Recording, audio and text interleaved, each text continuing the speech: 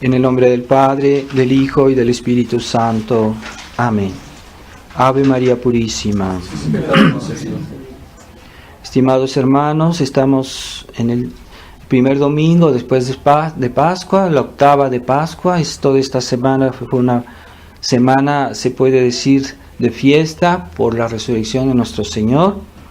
Y esta resurrección que marca nuestra meta, nuestro ideal, porque todos como cristianos, si tenemos realmente la fe, estamos en espera de que se realice en nosotros mismos también esa resurrección, que es el cumplimiento de todos los méritos de Jesucristo y la aplicación de todas las gracias que Él nos ha merecido en nuestra persona.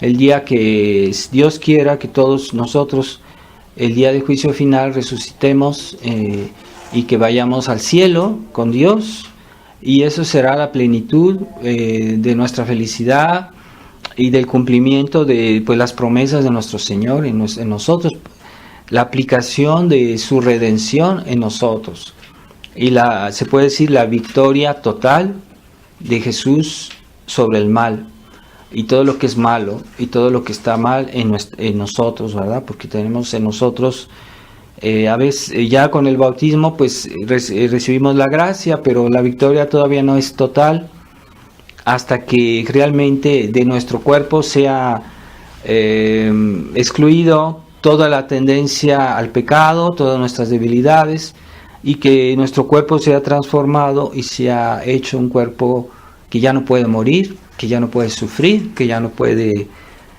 no tiene ningún defecto, y no pensamos generalmente que pues todos nuestros pequeños problemas de salud, nuestras fatigas, todo eso viene del pecado, es una consecuencia del pecado.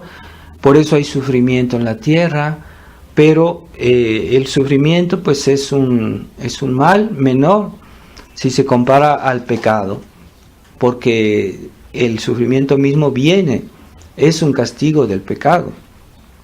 Entonces hay que tomar conciencia de eso para que nosotros realmente hagamos todo lo necesario para que se aplique la pasión de nuestro Señor en nuestras almas. Por eso la meditación sobre la resurrección de nuestro Señor pues es algo que es podemos decir, un acto de esperanza para nuestra persona, pensar en lo que debemos recibir un día, a condición que seamos fieles, que hagamos nuestras obligaciones de vida cristiana, que evitemos el pecado, e incluso que crezcamos en la gracia de Dios y en los méritos, porque la resurrección de nuestro Señor no se aplicará de la misma manera a todas las almas. Algunas serán más gloriosas que otras, porque en esta vida hicieron más méritos, porque en esta vida hicieron más esfuerzos, que sufrieron tal vez más o que amaron más. Entonces esas almas en el cielo recibirán más participación, se puede decir, a la gloria de Jesucristo resucitado. Y bueno, esta realidad da sentido a toda nuestra vida cristiana, porque hay cristianos que no piensan en esas cosas, a pesar de que tienen la fe, a pesar de que tratan de portarse bien, pero no lo ven bajo esa perspectiva. Aunque lo sepan, no lo aplican realmente en sus actos, no tratan de poner eso en relieve especialmente, y es realmente lo más importante, ¿verdad? Que salvemos nuestra alma y que nos alejemos del pecado, de las tentaciones que pudieran causar nuestra perdición, que perdamos todo eso, incluso lo que hemos hecho ya se puede perder por nuestra negligencia, si somos infieles a la gracia de Dios, o podemos, aunque estemos bien ahora, podríamos un día fallar. Sobre todo que este mundo pues nos presiona mucho, tenemos una presión moral muy fuerte en este mundo por todo lo que hay, todo lo que se ve, todo lo que se escucha, todos los malos ejemplos, la malas publicidad, toda esa presión que nosotros, querámoslo o no, nos afecta. Por eso vemos que muchas veces en las familias hay división porque unos siguen el buen camino y otros no. O a veces hay padres de familia que han educado bien a sus hijos, pero sus hijos cuando crecen y están en relación con el mundo, en la escuela, en la universidad, se alejan de Dios y comienzan a fallar. Entonces es un drama ver eso. Por eso siempre la vida de fe no solo debe ser una vida de piedad, sino también una vida de conciencia de las grandes verdades, porque hay personas que pueden ser piadosas, pero que no tratan de comprender su religión, no tratan de comprender las grandes realidades de la vida cristiana, y por eso mismo no son tan ardientes, o por eso mismo algunos padres no saben educar a sus hijos y no les dan todo lo que les podían dar. Así que hay padres que dan ejemplo a sus hijos de piedad, de oración, algunos consejos hacia una manera general, pero no entran al detalle. Entonces a esos hijos les falta algo, y por eso mismo pues el mundo los engaña más fácilmente. Entonces hay que tener conciencia y saber concientizar a la familia, ¿verdad? A los miembros de la familia.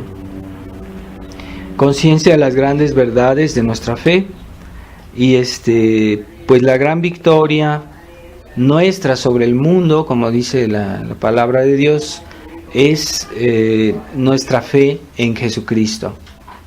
Pero no es una fe estilo modernista, estilo sentimental, estilo como hoy se le entiende, ¿no? Es una especie de fervor, de devoción. Eso no es la fe. La fe es un acto intelectual, un acto de la razón, por la cual nosotros conocemos la verdad de Dios y la aceptamos. Pero no una aceptación cualquiera, es una aceptación con fuerza, con mucha convicción, porque es la palabra de Dios. Así que ¿qué es lo que nos va a hacer superar todos los peligros de esta vida, de nuestra salvación? Pues es la fe, porque es la fe que nos dice: esto está bien, esto es verdad, esto no es verdad. Esto es peligroso, esto hay que evitarlo, esto se puede hacer, esto hay que hacerlo bien, esto hay que hacerlo mejor. La fe es una enseñanza que hay que aplicar en nuestra vida. Entonces, uno de los grandes defectos de la educación que se daba antes en las familias cristianas, se puede decir antes del concilio, era que pues sí había un sentido de la piedad, pero no había el sentido de la explicación de lo que es nuestra religión. Y mucha gente vivía su religión de una manera más bien por costumbre, aunque fuera una fe real, si fue una fe auténtica, claro que sí, pero les faltaba más conciencia de las realidades de Dios. Y por eso, cuando metieron en las escuelas las falsas ideas evolucionistas, materialistas, racionalistas, pues toda esa juventud se dejó engañar, se dejó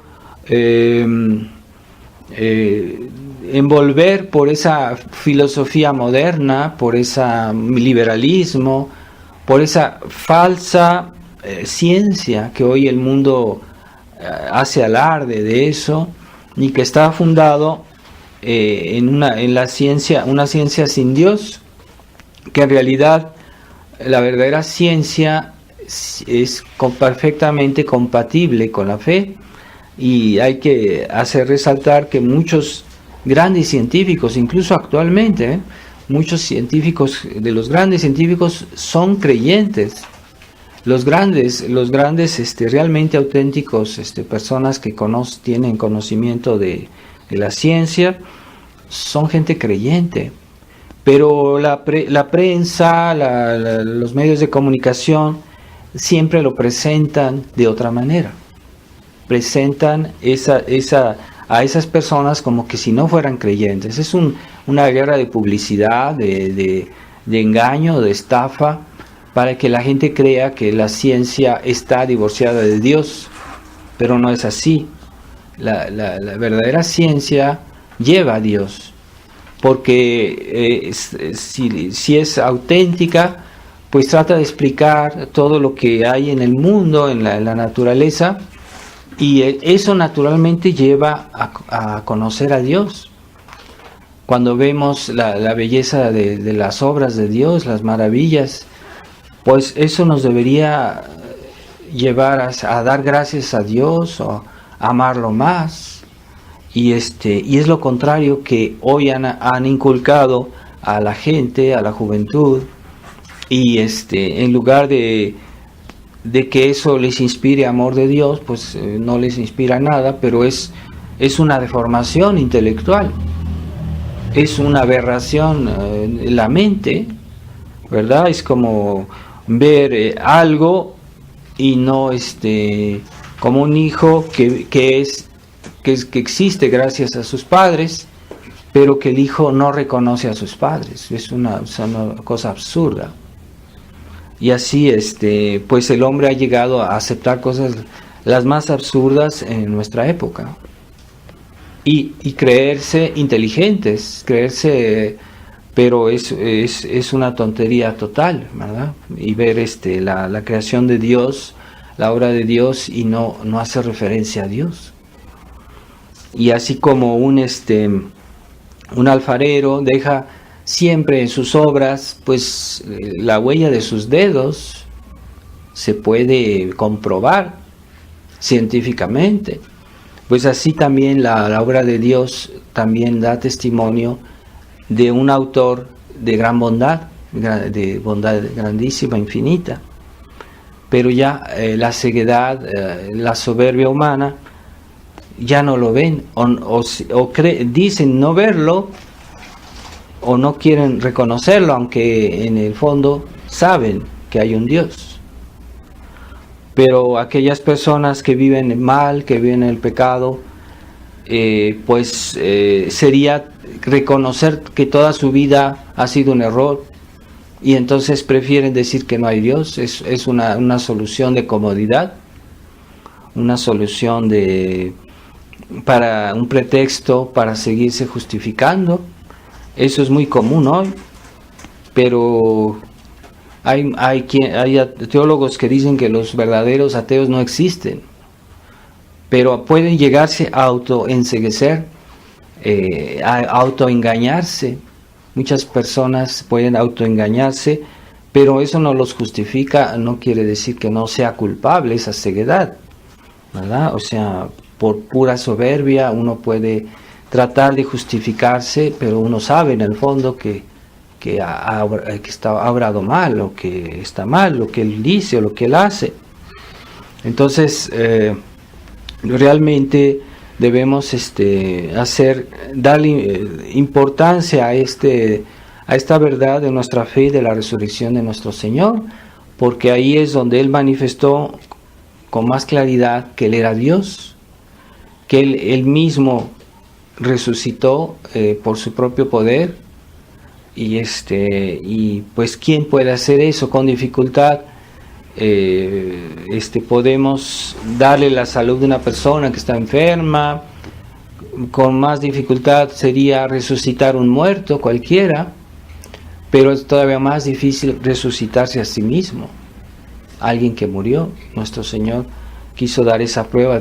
Después de 3 días resucitó para dejar prueba de su divinidad.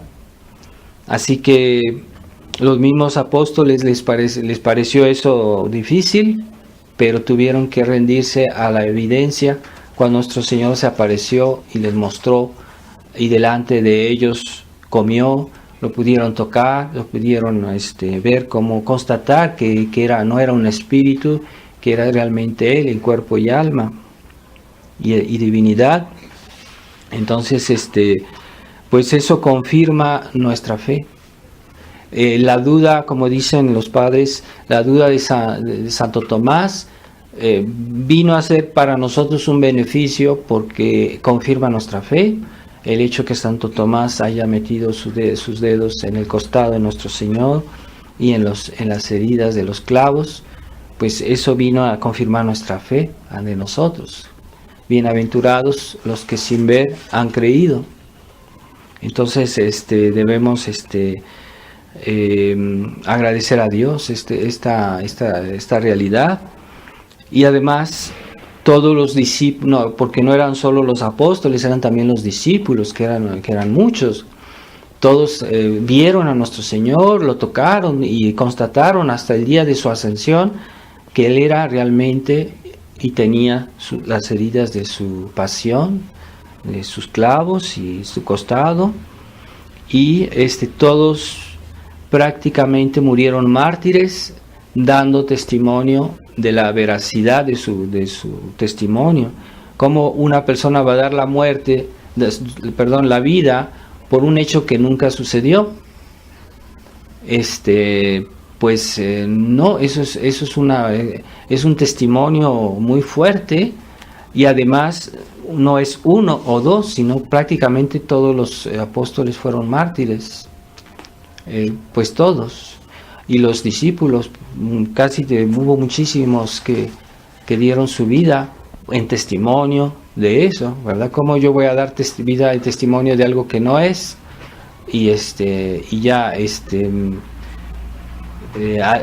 Es una cosa completamente vana de dar la vida por algo que no existe o que nunca fue. Bueno, pero todos, el testimonio de todos los cristianos, los primeros cristianos que vieron a nuestro Señor, pues es una realidad. Es una de las pruebas de la resurrección de nuestro Señor, es algo histórico. Y pues ahora no se puede poner en duda eso, pero pues hoy hay quienes comienzan a hablar, los modernistas, que todos estos hechos son simbólicos, que no pasó en realidad así, que la Biblia fue algo inventado, que fue pues fue una invención que se fue acumulando a lo largo de los siglos y que fueron añadiendo cosas. Es el concepto modernista, ¿verdad? Que la religión es una construcción del sentimiento religioso que han ido añadiendo a lo largo de los siglos los hombres. Y eso justifica que se pueda también modificar. Por ejemplo, ahora si las personas quieren añadir o quitar cosas de la religión, pues sería el mismo proceso. Entonces se justifica, así como se construye, se puede destruir. Entonces, bueno, pues ahora hay personas que dudan de esta verdad de la fe. Pues que no hay problema, pueden dudar, y entonces poco a poco todo se va otra vez destruyendo. Pues es el concepto modernista.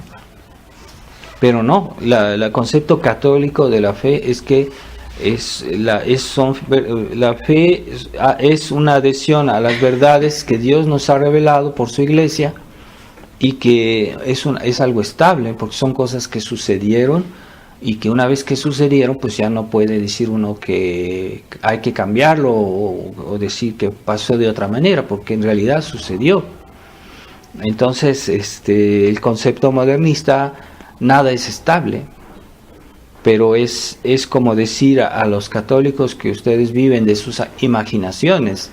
En el fondo es un insulto a la fe, la verdadera fe de los creyentes, decirles que su fe es un sentimiento. Entonces, nosotros no estamos con ese concepto, que incluso es nuevo, porque antes no se hablaba de esa manera respecto a la fe. Eso es una invención en el fines del siglo XIX y del siglo XX, el nuevo concepto de la fe, que es nuevo, que es el concepto modernista. Entonces nosotros no queremos dejarnos llevar por la corriente, aunque sean muchos, aunque sea mucha gente que lo dice, que hoy esa corriente ha invadido la iglesia y que hoy todos dicen eso o más o menos lo aceptan, pero no es un criterio de verdad. La verdad no depende del número, no es una cosa democrática. Entonces nosotros no vamos a ceder en ese punto. Así como en el tiempo de San Atanasio, prácticamente todo el mundo negó la divinidad de Cristo. Y solo quedó San Atanasio y me parece que algunos 2 obispos más, algo así, que defendían la realidad de la divinidad de Cristo, la cual el hereje Arrio decía que Jesucristo era un santo, pero no era Dios. Entonces eso es gravísimo. Hoy a nosotros pues nos impresiona oír decir eso, ¿no? Que Jesucristo no es Dios. Pero en ese tiempo pues prácticamente todos aceptaron esa herejía, los obispos. Y San Agustín decía, el mundo entero gimió al despertarse arriano, es decir, que prácticamente todo el mundo aceptó ese error. Bueno, fue una crisis tremenda en esa época, pues hoy vivimos otra semejante, pero más grave, porque el modernismo no pone en duda solo la resurrección, la divinidad de Jesucristo, sino todas las verdades, porque como todo es movible, todo es modificable, todo es una cuestión de sentimientos religiosos, pues bien todo se puede cambiar. Es más grave. Y finalmente, como decía San Pío X, el modernismo es la suma de todos los errores, de todas las herejías, porque hay cabida para todo, ¿verdad? En este mundo cualquiera puede decir o hacer lo que quiera. Pues es enorme esta impostura, ¿verdad? Decir que una verdad al mismo tiempo es verdad y mentira, o que 2 personas que piensan algo contradictorio, las 2 tienen razón. Eso es algo completamente absurdo, una locura, pero hay quienes lo aceptan así, de vivir en esa incoherencia total. Pero nosotros, sin negar la razón, aceptamos la fe. Y sin negar la fe, pues aceptamos la razón. Simplemente la razón tiene menos alcance que la fe, porque la fe es de las realidades divinas que no podemos ver, que no podemos constatar. Por ejemplo, la Trinidad, no es difícil, ¿cómo se puede probar? Pero Jesús no lo dijo. Pero Jesús es Dios. Jesús nos mostró que Él era Dios, nos mostró por su resurrección que era Dios, entonces podemos creerle. Y es perfectamente razonable creerle a Él, aunque no podamos probar científicamente que la Santísima Trinidad existe. Pero Jesús lo dijo y Él probó que Él era Dios, entonces ahí tenemos la seguridad de que es cierto, creemos en Él, creemos en su palabra, porque Él probó ser Dios con sus milagros. Algo que la ciencia no puede hacer, que la ciencia no puede explicar, a veces un milagro, cómo explicarlo, pero la ciencia puede constatar el hecho que pasó y decir, bueno, esto con las fuerzas de la naturaleza no es posible, no se puede hacer. Entonces tiene que haber algo superior a la naturaleza, sobrenatural, del cual es origen de este hecho. Esa es la realidad de los milagros, ¿verdad? Los milagros son un testimonio del poder divino. Ahora, ¿cómo se hizo el milagro? ¿De qué manera? Pues no podemos explicarlo, porque es algo que está superior a nuestros alcances.